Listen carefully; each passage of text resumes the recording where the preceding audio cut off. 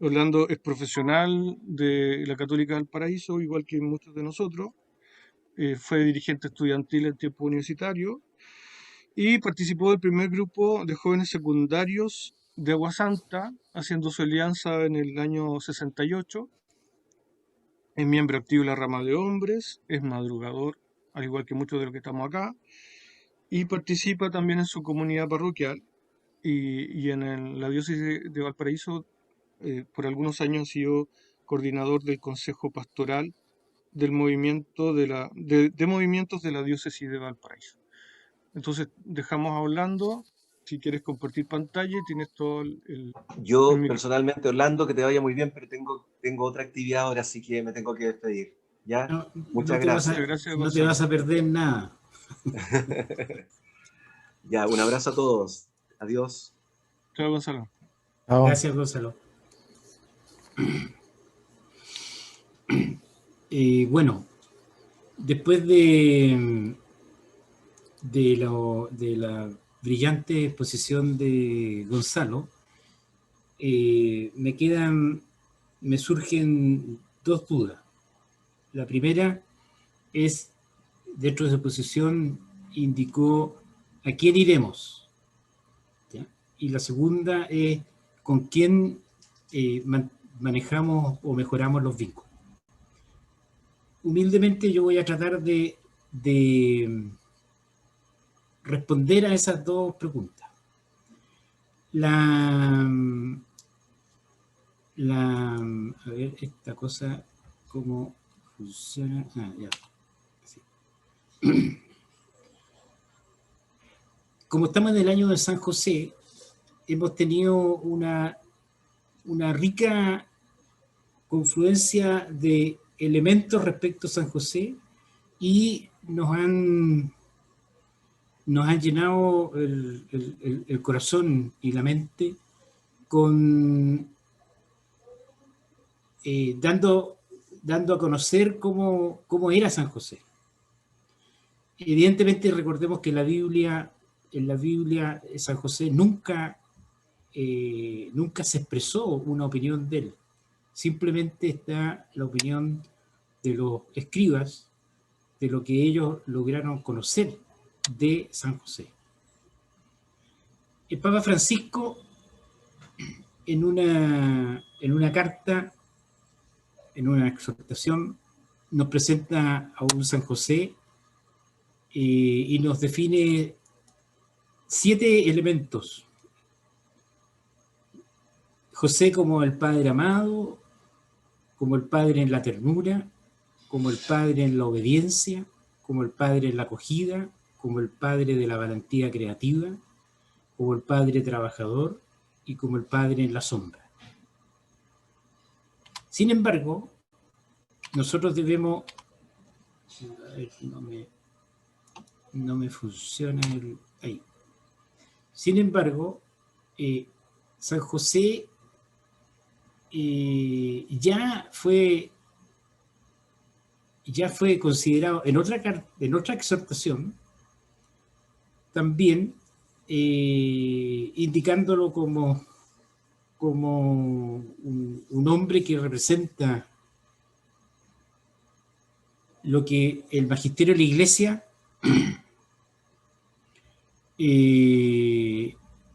cómo el magisterio de la Iglesia ha querido exhortar, ha querido identificar su posición. Y entonces, en un estudio que estoy realizando, simplemente, eso se le olvidó decir a Sergio, este es el borrador de un estudio en donde yo estoy trabajando en torno a lo que es la doctrina social de la Iglesia y su relación con San José, pero principalmente, y eso quedará para otra oportunidad, en su relación con lo que es el pensamiento del Padre Quentin. ¿Ya? Cómo el Padre Quentin entendió la doctrina social de la Iglesia y iluminó una parte importante de su enseñanza y de su trabajo apostólico.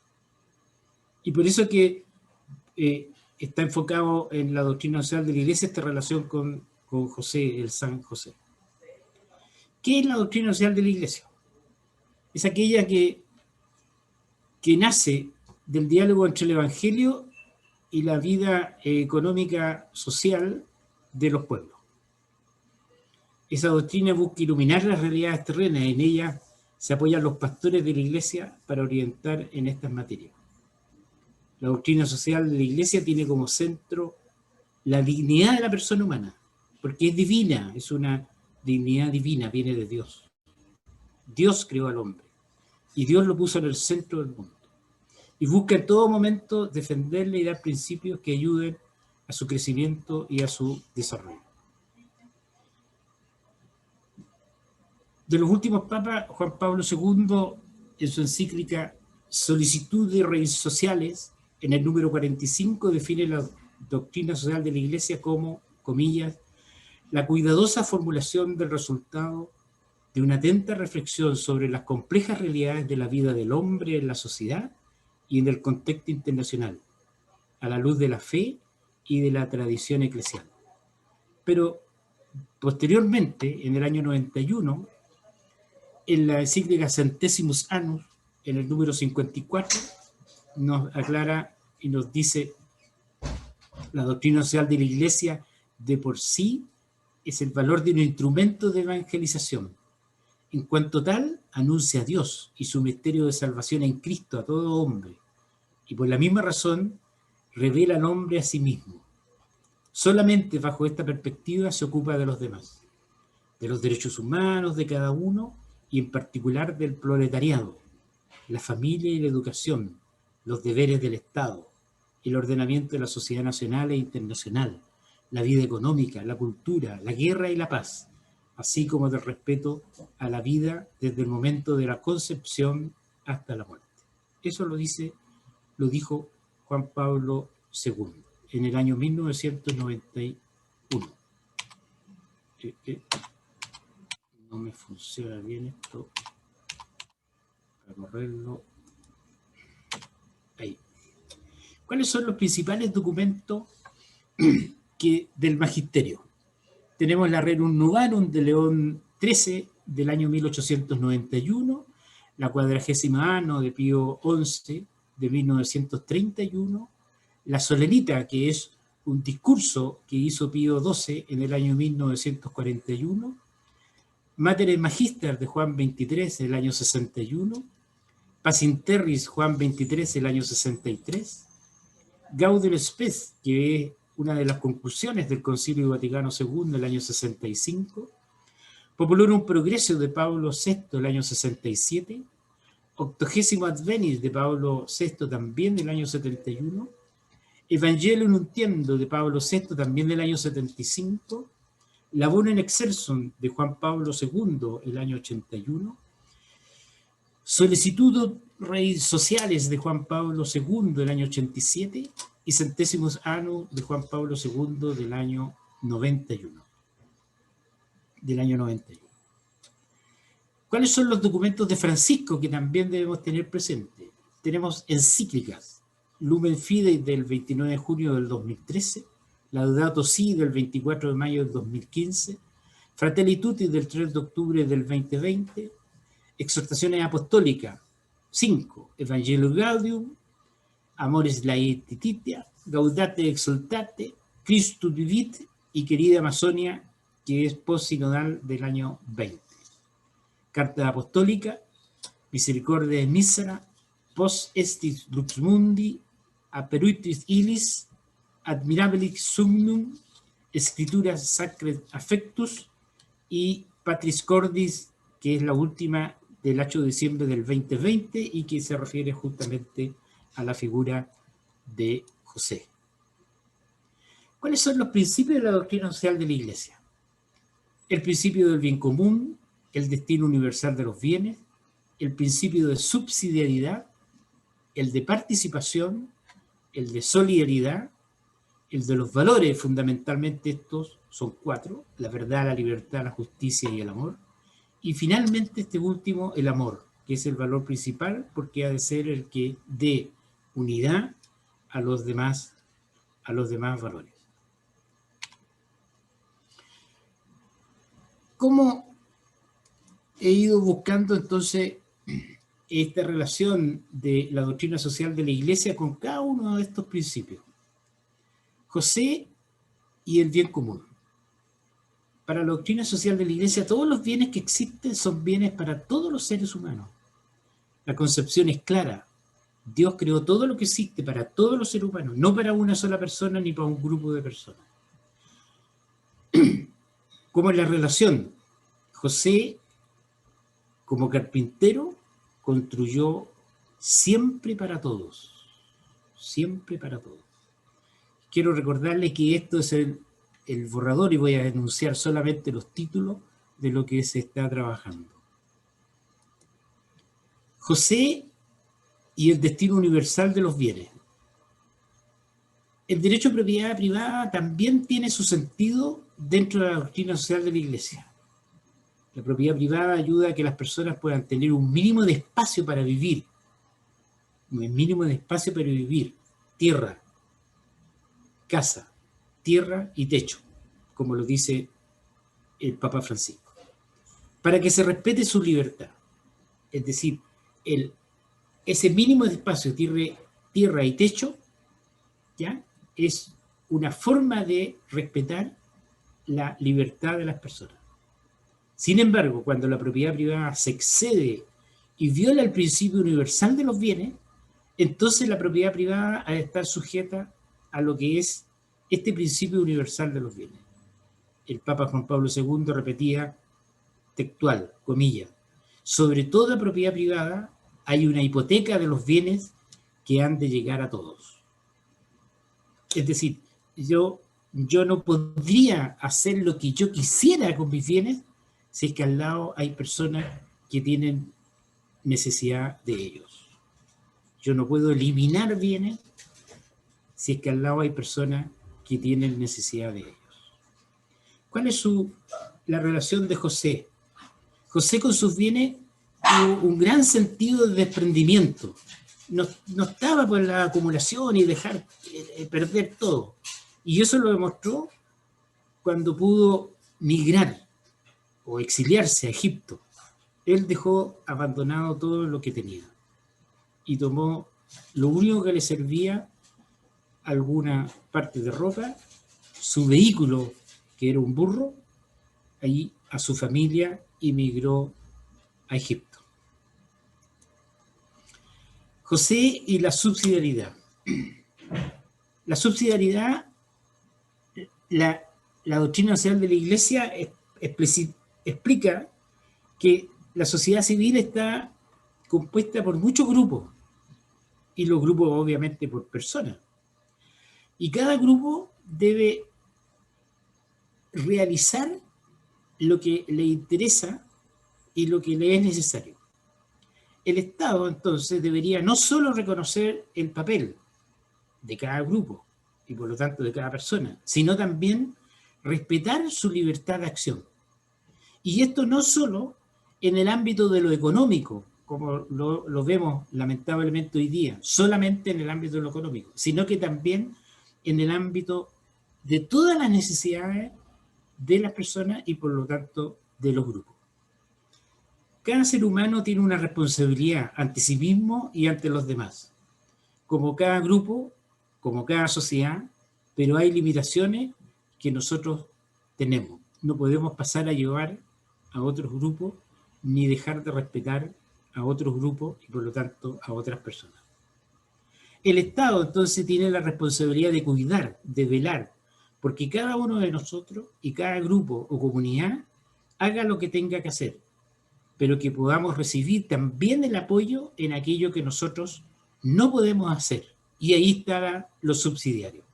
Lo que no podemos hacer, el Estado nos ayuda a realizarlo. José tuvo una actitud de subsidiariedad al asumir la paternidad. Miren qué interesante. Había una necesidad. Dios creó a una madre, Dios creó a un hijo a través de esa madre y faltaba el padre. Y ahí viene lo subsidiario. José asume esa necesidad y asume la paternidad de lo que fue ese hijo. José y la participación. Interesante lo que los planteó Gonzalo cuando hablaba del ciudadano schoenstetiano. Al final voy a hacer algunas observaciones respecto a eso porque coincide con lo que está por presentarse acá. La participación es algo inherente al ser humano. El ser humano no es pasivo. No es pasivo, no es que Dios nos creó, nos puso en la tierra, ¿no es cierto? Y ya, salgan a comer lo que puedan, salgan a hacer lo que puedan y yo me desligo, sino que Dios nos dio la capacidad de discernir, la capacidad de trabajar y la capacidad de crear lo que necesitamos. Y nosotros queremos participar, y esa participación nos hace mostrar a nosotros un deber. Es el deber de participar, el deber que tenemos todos los seres humanos de participar en la vida, en el desarrollo y en el progreso de los pueblos. Participación. ¿Cuál es su relación con José?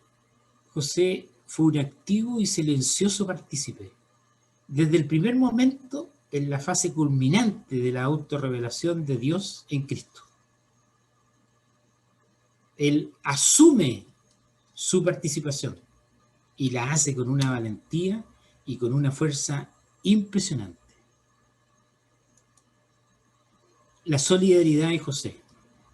La solidaridad nos está mostrando a nosotros cómo la humanidad es una y cómo tiene que apoyarse mutuamente. Es una y cómo tiene que apoyarse mutuamente. Aquí no se trata de competir, se trata de compartir, se trata de colaborar. Ese es uno de los paradigmas que nosotros deberíamos cambiar en nuestra sociedad, de una sociedad de la competencia a una sociedad de la colaboración. Somos solidarios, hemos de ser solidarios, queramos o no queramos, pero hemos de hacerlo de manera consciente, no por una situación emocional, sino que porque no preocuparnos una vez al año de que existen personas con dificultades, sino que preocuparnos día a día, minuto a minuto, de manera real, de que al lado hay alguien que nos necesita y que también nosotros necesitamos de él para ser más humanos muchas veces. José, como era justo y no quería poner a María en evidencia, y a pesar de que, comillas, resolvió repudiarla en secreto, según Mateo 1:19, al final actuó con solidaridad. Pensó en María, la repudió, pero después dijo, no, lo voy a hacer en secreto, para que ella no fuera castigada por esa sociedad que tenía ciertos estándares respecto de la situación de lo que podríamos llamar, qué es lo que pasaba con una mujer adúltera, podría pensarse, ¿ya? Entonces, la repudió en secreto, pero inmediatamente se puso en su lugar y al final actuó con solidaridad. Ahí hay un ejemplo concreto de nuestro José. José y los valores fundamentales. Voy a hablar de 3 valores fundamentales porque el cuarto viene después. La verdad. Sin la verdad ningún pueblo podrá avanzar. Jesucristo nos decía, conocerán la verdad y la verdad los hará libres. Libertad. Se manifiesta en la democracia, pero necesitamos de una libertad sabiamente usada. Yo soy libre siempre y cuando también respete la libertad de los otros. Y el tercer valor, que es la dimensión de la justicia. Y aquí siempre debemos recordar de que si quieres la paz, tienes que trabajar por la justicia. ¿Cuál es la relación con José? Entonces, lo que nos indica que conoció y aceptó la verdad y la aceptó libremente y fue un hombre justo. verdad, libertad y justicia. José y la vía del amor nos señalan después. El vínculo que une todo lo anterior es el amor, nos dicen. Sin amor nosotros no podemos llegar a eso que deseamos, a una mayor distribución de la riqueza, a un mundo donde impere la verdad, la justicia, la libertad, donde los bienes realmente sean comunes, donde se busque el bien común. ¿Cuál es su relación con José? José demostró una inmensa capacidad de amor en su relación con María y especialmente en su relación con Jesús, asumiendo la tarea de un padre terrenal respecto del hijo de ella.